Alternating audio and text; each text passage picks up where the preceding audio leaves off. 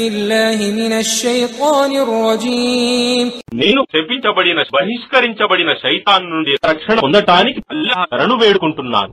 أم للإنسان ما تمنى ఏమిటి మానవునికి తాను కోరినదంతా లభిస్తుందా? فلله الآخرة والأولى వాస్తవానికి అంతిమం పరలోకం మరియు ప్రథమం ఇహలోకం అన్నీ అల్లాహ్కే చెందినవి. وكم من ملك في السماوات لا تغني شفاعتهم شيئا إلا من بعد أن يأذن الله لمن يشاء ويرضى.